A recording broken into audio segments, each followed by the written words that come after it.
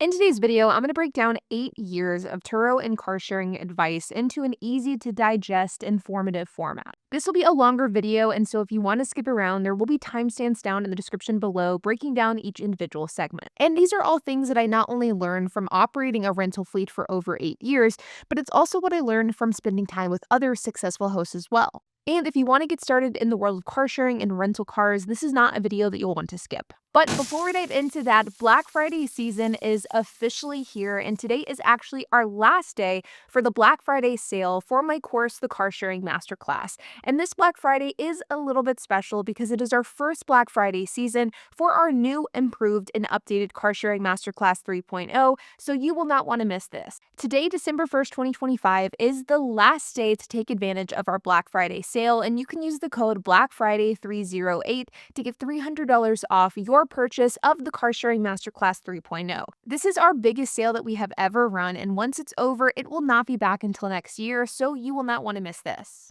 I've been a Turo host for over 8 years, and I've compounded all of my knowledge and squeezed it into 10 hours of condensed course content in the Car Sharing Masterclass 3.0. And I will show you everything that you need to know about starting a Turo and car sharing side hustle, and then taking that side hustle and scaling even further. Everything from LLCs, how to work with insurance, what kind of cars to buy, where to buy cars, setting up automated systems for your fleet, what to do if a car gets into an accident, new sections on direct rentals, and even direct access to our trusted and reliable co-hosting partners, as well as everything in between. We have hundreds of successful students, and I would love for you to be our next success story. Click the link down in the description below to learn more, and between our Black Friday sale and our 30-day no questions asked money back guarantee, this is your chance to steal the deal today. Again, this sale ends today at midnight, so you will not want to miss it. Use the code BlackFriday308 for $308 off. Now, for the sake of this video, I'm going to group all of my tips and tricks into different categories for the sake of organization and clarity, and these are the 4 topics that we're going to be discussing. We're going to talk about getting started, so the things that you need to know and keep in mind if you're someone who's just getting started in the world of Turo. We're going to talk about Turo specifically and some of the different tips, tricks, and pieces of advice that I have for that platform. And we're going to talk about direct rentals and some of the things that you should keep in mind if you are someone who is wanting to explore this avenue. So first, I want to talk about getting started. And I actually want to take a bit of the fat out of the discussion here because whenever it comes to getting started in the world of rental cars and peer-to-peer car sharing, there are hundreds of questions that I get asked. Should I start an LLC? How do I start an LLC? What type of bank should I get? What type of insurance? And while all of these are important questions to ask and get answered as you grow, I also think that many of these questions can ultimately result in analysis paralysis. One of my favorite quotes of all time is, "Don't polish the doorknob for so long that you forget to open the door." And I caution anyone who is getting started, not only in this business, but any business at all, to not spend too much time polishing that doorknob. Not everything has to be perfect and figured out before you get started, and instead, you should just do it. Buy a car, list it on Turo, and go. You can simply figure out the rest of it as you go. Now, I am not a lawyer, so following this next piece of advice, I do want you to take with a bit of a grain of salt. However, again, I want to emphasize the fact that you should just get started. Buy a car, put it in your personal name, get personal insurance. Even if it isn't necessarily Turo-friendly personal insurance, just ship it at the beginning. The reality is you can always switch the registration and the insurance later to put it into your business name and to get a commercial policy. And while I would never recommend somebody to get 10 cars and have them all in their personal name under their own personal insurance policy, having your first car or your first couple of cars, it's not going to be that big of a deal. Truthfully, we still have a couple of cars that aren't in our business name and still sit in our personal name. They are cars that we bought at the very beginning of our car sharing journey, and we really never felt the need to switch it because of the fact that we would have to repay taxes on them, and because of the fact that our commercial policy allows for personal vehicles to be listed on there. If they're of course used for business use, it hasn't been a big deal. And it just hasn't been a huge priority to switch it. Truthfully, any priority, because it's been basically 8 years and we still haven't done it. There are a lot of hosts that I've spoken to over the course of my 8-year career where I'll talk to them and I'll say, "Hey, how is everything going?" And then they'll be like, "Oh, I'm just getting my business and LLC information set up," or "I'm just getting my T's crossed and my I's dotted." And then I connect with them a year later and they are still at the exact same point because they're belaboring these things that don't really need to be belabored. Just get out and get started. Don't worry about all the nitty-gritty details because you can figure that out as you go. On the same topic of getting started, I want to talk about buying cars. And this is a topic of conversation that I have belabored on this channel over and over and over again, and I'm going to do it again here. But if you are someone who is just getting started in the world of car sharing, then buying a car that is heavily depreciated is going to absolutely be your best bet. Let me explain.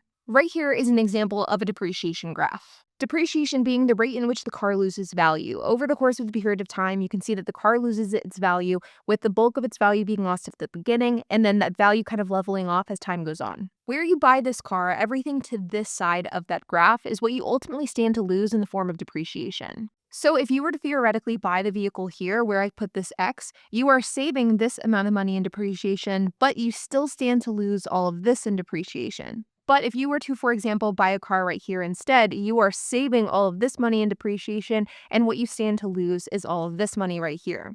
Whenever I talk about buying cars for Turo, one of the things that I talk about so frequently is buying at the bottom of the depreciation curve. And in the case of, this graph that I've just roughly drawn out, the bottom would be somewhere like right here. Because as you can see, there's a point in time with every vehicle where depreciation begins to flatline. If you buy a car up here at the top of the graph, the difference in value for that vehicle can vary significantly year over year because of how steep that value is dropping. However, as time goes on, that depreciation slows down and the difference in value for a vehicle year over year becomes significantly smaller.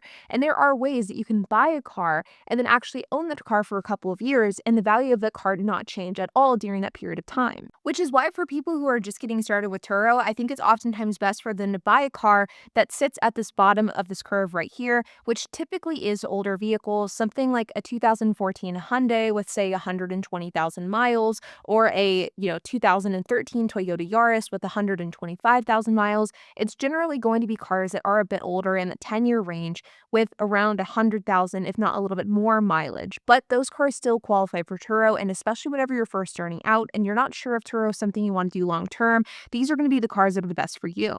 And the reason why I believe that this is the case is because let's say, for example, you're somebody who's just getting started with Turo and you're buying your first car. Well, if you buy a car that is all the way up here on the depreciation graph, you own this car right here, and let's say you own it for a couple of months, 6 months to a year, and you run it on Turo, and you decide that Turo just isn't for you. Well, at the point in which you decide that you want to sell this car has depreciated by a pretty substantial amount, and now its value sits right here. So it's decreased in value over the last year that you owned this car. And things like higher mileage, wear and tear, that can actually accelerate depreciation as well. So there's a chance that it could actually be even lower than what you would typically see with that same type of car with typical normal ownership. Well, in this scenario, if somebody buys a car up here, they decide they want to get out of Turo right here, there is a reality where they may not be able to get out of Turo because they owe too much on their car and they're underwater on that vehicle.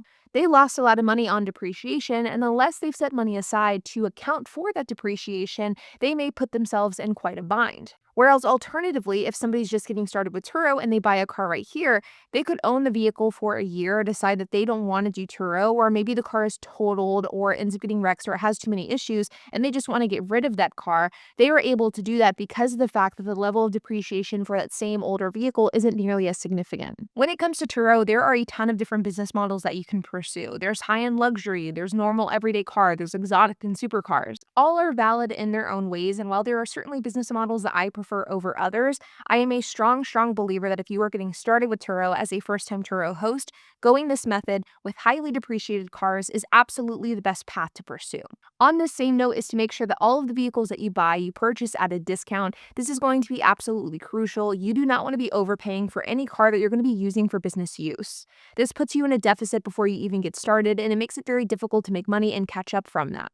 And I want to close out this getting started section by just emphasizing the importance of reading the Turo terms of service. I really cannot stress this enough. Reading the Turo terms of service will save you from so many headaches and issues later on down the road. Now, on the Turo terms of service topic, let's dive into our Turo specific topic for this video, which is some of the tips and tricks that I've learned about Turo specifically. Now, when it comes to getting started in the world of car sharing, Turo is hands down the best platform to get started with. Sure, you can go directly into direct rentals, and there are some Turo competitors that are beginning to kind of grow a bit here and there, but Turo is the player in this space, and there really is no other way around that. When it comes to Turo, you can only rent cars that are 12 years old or newer and 130,000 miles or less, but there is a grandfather clause that can allow for cars past this to stay on the platform as long as they're listed while they're still qualified. However, this is all low-hanging fruit, and if you read the Turo terms of service, you'll be able to find this information really quickly. And instead, I want to focus on some of the things that you may not know simply by reading the terms of service. Now, I do want to talk about buying Turo-specific vehicles, but I'm going to save that for the growth section, and instead, what I want to talk about is some of the operational aspects that could make your life easier.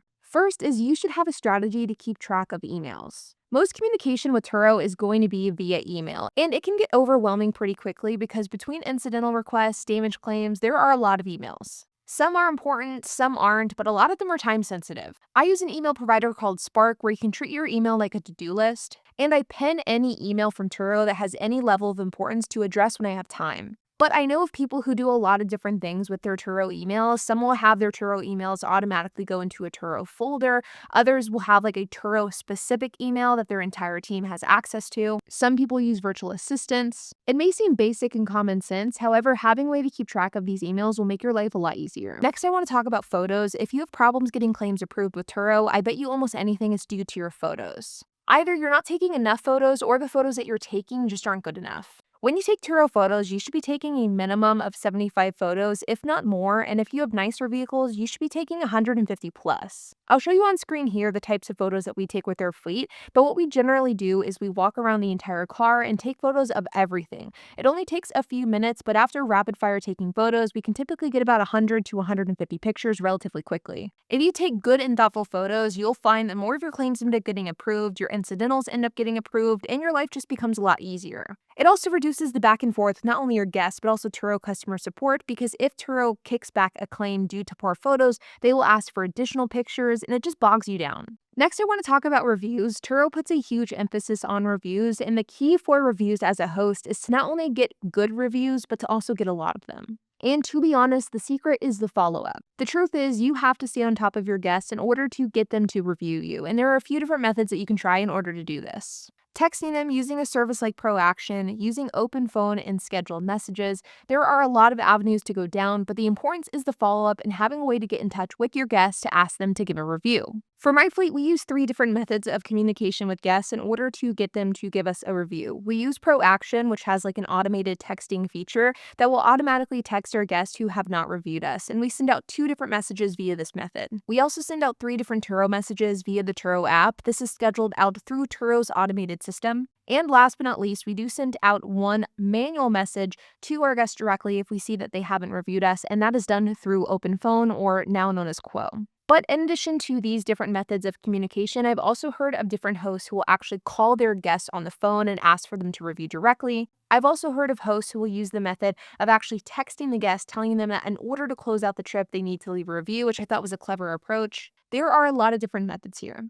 Now, I did make another video just recently where I broke this down in a lot more detail, so I'm just going to leave it at that, but I will put up on the screen here the different templates that I use so that you can pause the video and copy and paste them if you'd like. Here are my Turo automated messages I send and when I send them, my ProAction messages, and my manual text messages. Now, let's pivot the conversation and talk about some growth, scaling, buying cars, and what types of cars you should buy, as well as how to actually pay for them. When it comes to buying cars for your car sharing fleet, here are the 3 different parameters that I think that you should prioritize.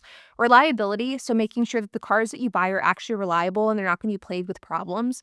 ROI, so what is the cost of the car that you're looking to purchase compared to how much the car can actually rent for? What does that shake out to be?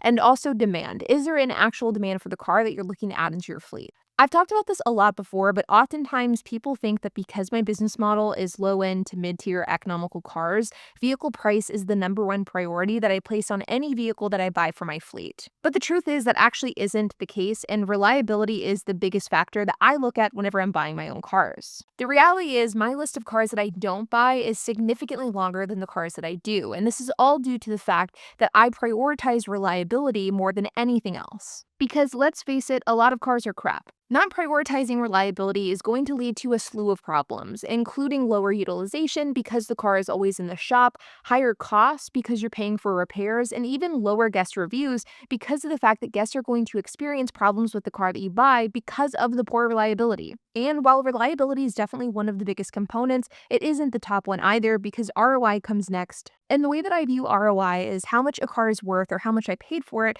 versus how much can that car actually rent for. Whenever you look on Turo, you will oftentimes see cars that cost $20,000 to $30,000 that are 200% more than a budget $5,000 car. but these cars are only within 10 to 20% of the cost of one another from a daily rate perspective. There is a very common belief with Turo hosts, especially new ones, that buying a newer car is going to automatically make you more money. That buying, say, a 2020 Hyundai is going to rent significantly more than buying one that is a 2014 or 2015. Whenever you buy a car, you should pay attention to how much that car costs you versus how much it's renting for on Turo on like a rough average basis, and you should see if the ROI makes sense, especially compared to maybe other cars that you could buy for significantly cheaper. And lastly, I want to talk about demand, which is the third most important component with my fleet specifically. I like to choose cars that have mass appeal, that don't have a ton of seasonality, and that have a broad audience. I generally don't buy super niche vehicles. I'm not going to own a Polaris or a pink car in my fleet or even a convertible because of the fact in Texas, a lot of the times a year it is just simply too hot. The truth is, having a fleet made up of a variety of cars that prioritize these three things is going to serve you best as a Turo host, especially whenever you're somebody who's just getting started and you're just learning the ropes. Next, let's talk about co-hosting from a growth strategy perspective. Co-hosting is the business model where you take other people's vehicles and you manage those vehicles with your fleet. And this is a topic that I've talked about a lot as of late on my channel because it's something that I get asked about so frequently, and it's such a growing niche in the world of car sharing. And the way that co-hosting works is, let's say, for example, I'm an operator and I'm looking for vehicles for my fleet, but I don't want to use my own money in order to buy those. I can recruit an investor who would be the investor who would buy cars, send them to me, I would operate them, and then there would be a profit split that takes place. Typically, this is about 70-30 or 60-40, with the investor getting the majority of that split.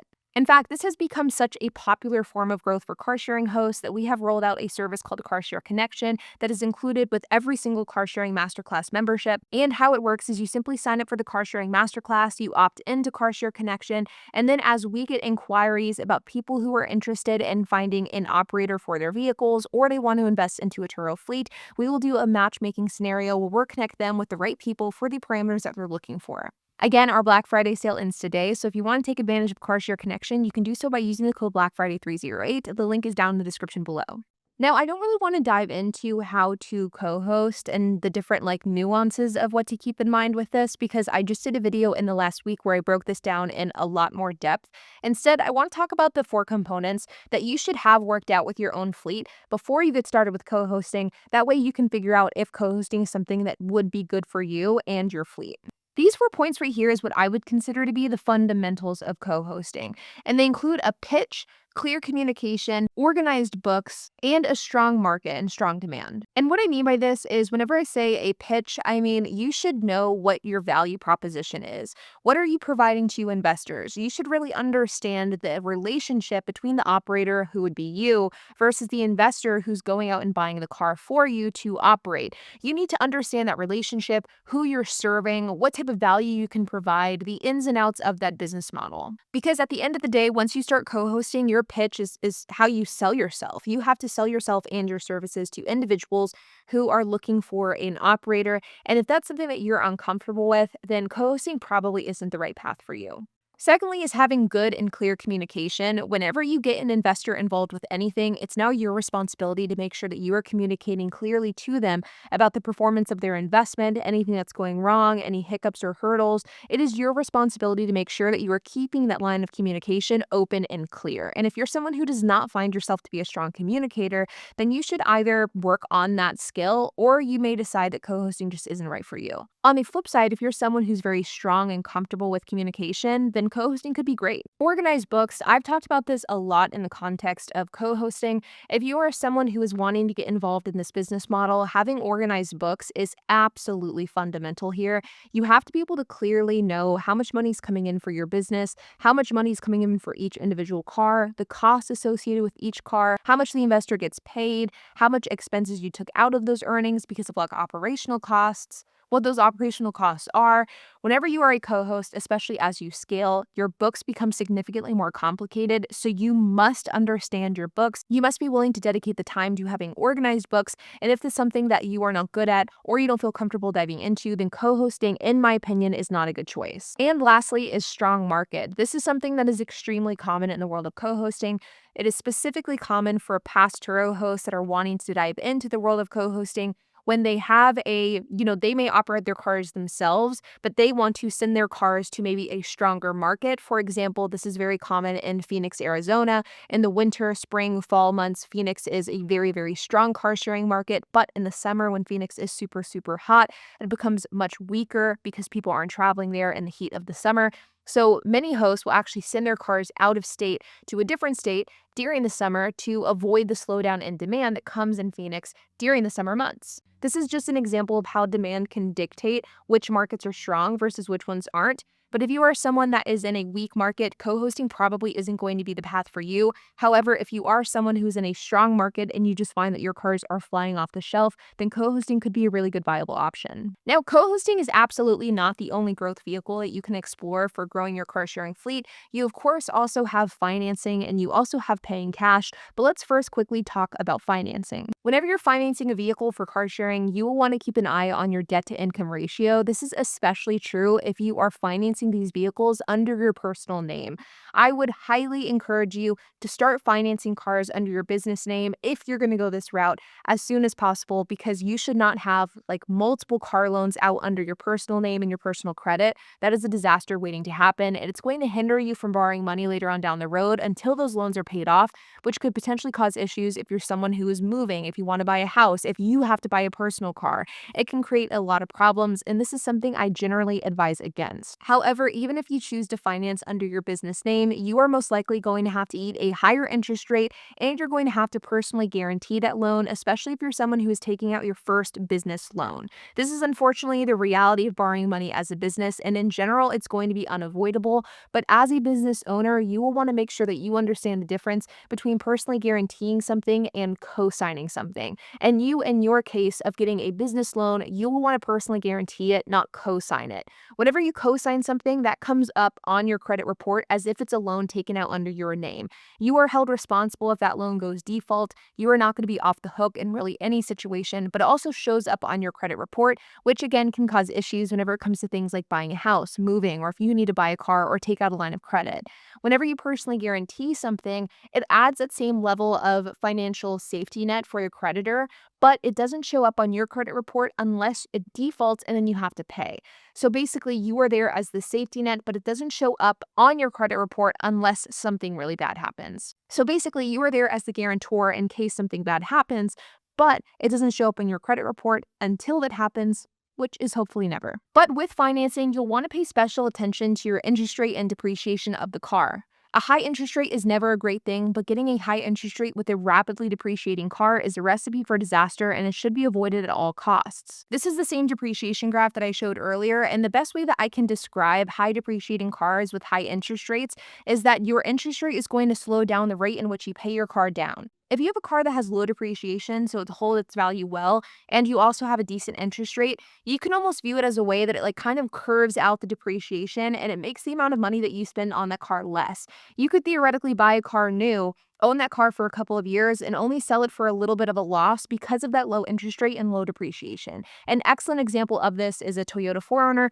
which you can very easily buy new, own it for a couple of years, and sell it for just a couple $1,000s less than what you paid. However, the opposite of this would be a car with high interest rate, high depreciation, where it basically accelerates the loss in value. And in this case, you may own a car for, say, a year or two, but you may lose 2 or 3 times the value of a car with standard depreciation because of the interest rate and the depreciation that the car experienced. A great example of this would be Teslas that were purchased in, say, 2023, whenever Tesla started discounting cars left and right. Buying a heavily depreciated car at a high interest rate is something that should be avoided at all costs. And next, I want to talk about buying cars in cash. Now, I've talked about this so much on my channel, so there really isn't anything new to say here, except for the fact that you should be buying cars below market value. Buying cars below market value basically allows for you to get ahead of depreciation even further. It allows for you to buy a car that's maybe 8 years old, but because you got it at such a good discount, you're able to buy it at the same price of that same car at 10 years old, which means that you basically get 2 years of ownership for free. This is going to be extremely beneficial if you're someone who's new at Turo and you don't know if it's something you want to do long term. If you're someone who has a Turo vehicle and that car gets wrecked, there are just a ton of scenarios where buying below market value ends up serving you long term. Next, I want to talk about direct rentals. And I have a full direct rentals 101 video coming out soon, so instead of going into a ton of depth here about this topic, I want to go over the 4 core points about direct rentals that I think are most important. Now, the way that my direct rental fleet functions, it's a way for me to diversify my Turo fleet, and it's also a way for me to create a safety net in case something ever happens with Turo. I've talked at length on my channel about my strong belief that you should never have all of your eggs in the Turo basket because at the end of the day, no matter what happens, you will never control Turo and their platform, and so I don't want to rely on them 100% for my income, which is why I own multiple businesses in addition to my car sharing fleet. In addition to this, our direct rental fleet is currently made up of cars that do not qualify for Turo, either because of age or mileage. And in general, we are targeting lower income people who typically use our vehicles for gig work. But when it comes to direct rentals, these are the core four things that I think that you need. First is your website, phone number, and a Google business listing. Now, I know that this is technically free things, but having these free things will help you grow your business because it will not only make your business feel more legitimate to potential customers, it'll act as a marketing piece, but it'll also help your business scale long term because of the fact that you have these things. Next is a commercial policy. You have to have a commercial policy if you are someone wanting to do direct rentals. My favorite is Roamly Insurance. I highly recommend them, and I will have their link down in the description below. Third is a back-end software. So you need to have something to be able to manage your rentals, have rentals come through, manage your inventory. And for that, I use Wheelbase Pro. Again, I'll have them linked down in the description below, and I highly recommend them. And fourth, and I think one that oftentimes gets slept on for new hosts that are going into direct rentals, specifically from Turo,